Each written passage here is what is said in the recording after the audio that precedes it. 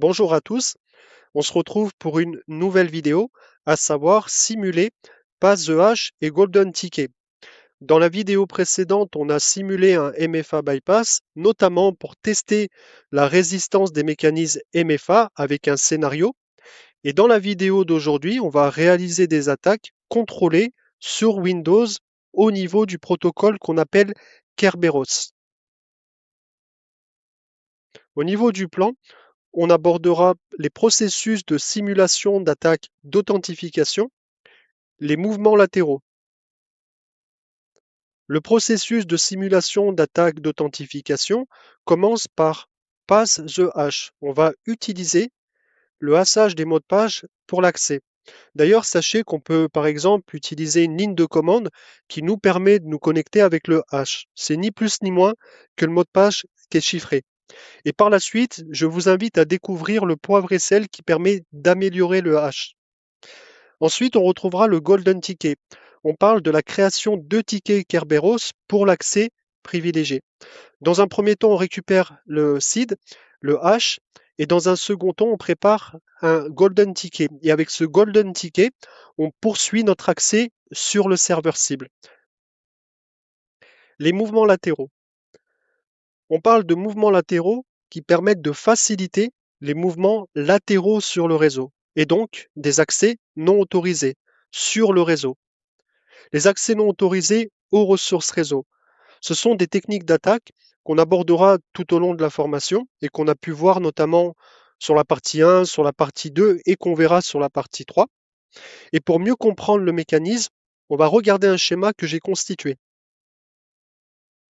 Si on poursuit notre explication, on part du principe que l'architecture que j'ai à l'écran nous permet de faire des techniques d'attaque sur Active Directory. Et on parle de deux techniques, le pass the hash et le golden ticket.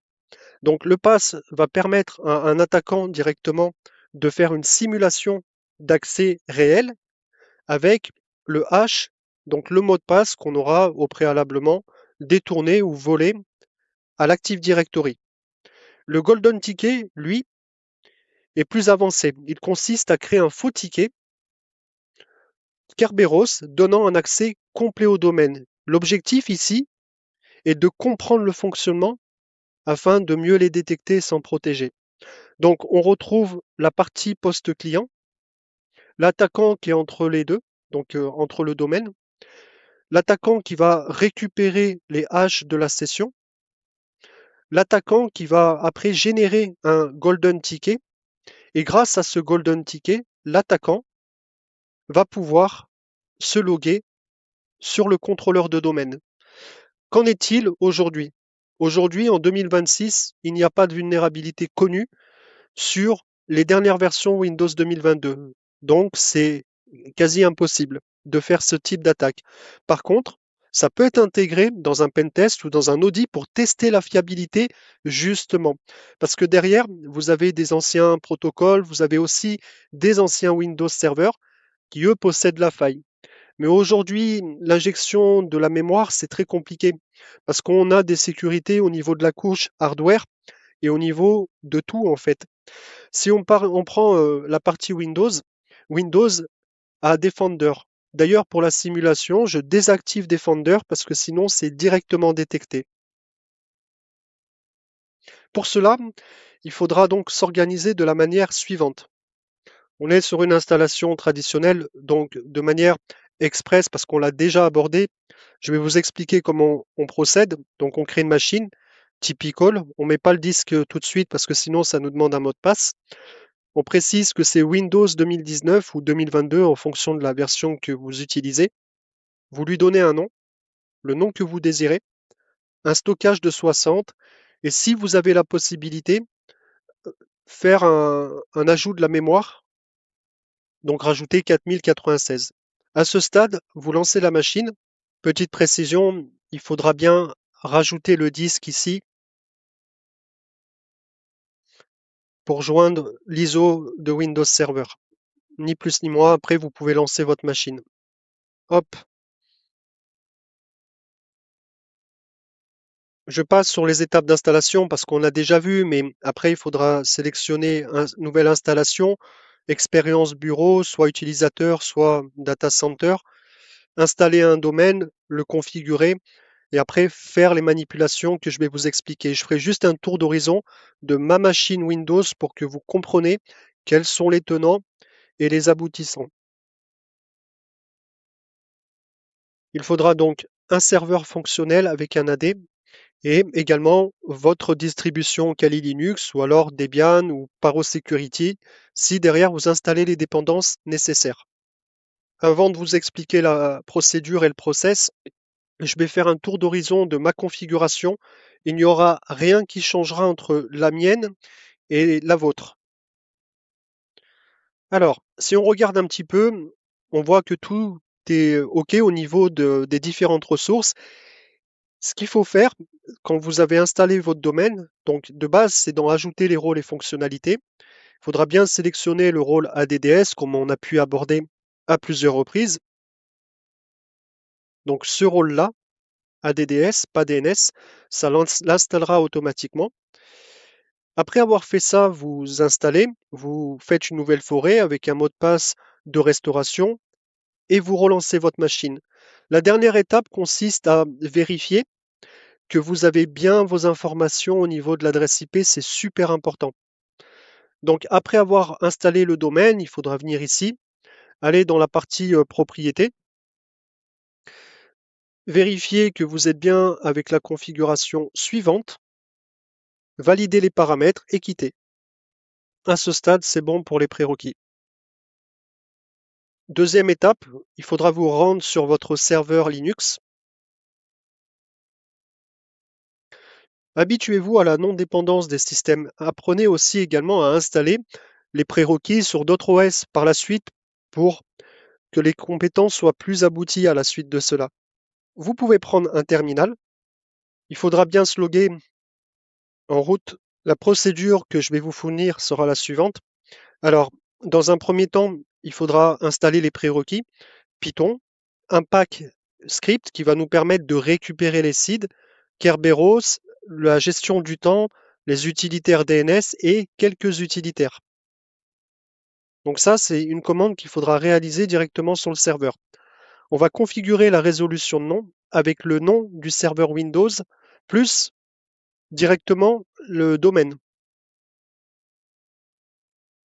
On va synchroniser le temps parce que le serveur Windows peut détecter des comportements étonnants par ce biais-là. Et par la suite, on va démarrer la procédure par la méthode suivante. On va, dans un premier temps, récupérer le SID du domaine. On va récupérer Kerberos, donc le mot de passe en H, et après le H en AES. Donc cette partie-là nous permet de récupérer les informations. Pour les prérequis, je me suis avancé pour vous expliquer, donc je les ai déjà installés. Donc ce qu'il faut faire dans un premier temps, c'est récupérer votre domaine, l'administrateur ou créer un utilisateur, son password, plus la commande DCIP qui va nous permettre de récupérer les valeurs. Il faudrait être patient un petit peu, mais comme vous pouvez constater, les valeurs sont bien récupérées. On a le SID et ensuite on a les différents H. Et celui qui va nous intéresser plus particulièrement, alors dans un premier temps, il nous faut la valeur suivante. Il nous faut aussi la valeur 500 administrateur, donc son H directement, cette partie-là. Après avoir fait ça, on va retourner sur la procédure afin d'ajouter les différentes variables. Donc, il vous faudra le SID, le H principalement de l'admin ou d'un utilisateur. Si toutefois vous avez fait des opérations en Golden Ticket, vous avez une commande ici qui vous permet de supprimer ce qu'il y a déjà dans le cache. Par la suite, on va utiliser Echo pour envoyer le domaine exact dans la configuration des hosts et après on fait juste un petit test de ping d'accès et on regarde si le temps s'est bien synchronisé. Par la suite, ce qu'on va faire, c'est qu'on va créer une configuration Kerberos. On va préciser le domaine principal. Ce sont les valeurs les plus importantes. On va désactiver le DNS et on va préciser qu'en Realms, Ce fichier de configuration nous permet de préciser le domaine. Le contrôleur de domaine qu'on veut atteindre lie le nom de domaine au domaine Kerberos. Donc c'est un fichier qui dit à Kali comment parler à Active Directory pour faire du Kerberos. À la suite de ça, on va générer le Golden Ticket en récupérant la clé AES, le SID du domaine et le domaine. Ce sont des variables qu'on a mis un tout petit peu plus haut, juste là. Par la suite, quand vous avez fait ça, il y a des points de vérification et de variables à ajouter. On va récupérer le Golden Ticket qu'on a créé avec Impact, donc administrateur cache. On va calice pour voir s'il a bien été créé. On va faire une commande NC pour vérifier qu'on accède au port 88 445, sinon auquel cas il faudra ouvrir les deux ports suivants. Et ensuite, on fait un test en récupérant la variable domaine, l'utilisateur admin, le DC host et le DC IP. À la suite de ça, ça devrait fonctionner, sinon vous avez oublié une étape. Donc on va partir de ce principe-là. On va récupérer toute la configuration que vous voyez ici.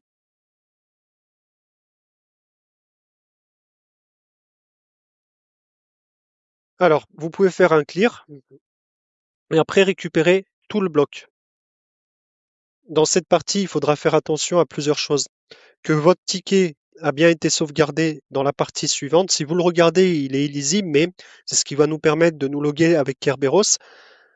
La validation et le nom exact. La base de données Kerberos, le domaine et après l'ouverture des ports. Donc là, on voit que les deux ports qui sont ouverts, Kerberos et Microsoft 88 et 445. Dernière étape, elle consiste à faire le lien entre nous. Donc on va utiliser SMMB sans utiliser de password avec la variable de domaine, l'utilisateur admin, le DC, l'IP qu'on a fourni un peu plus haut dans le script au niveau des variables. Et pour que ce soit concluant, il faut avoir ce résultat-là.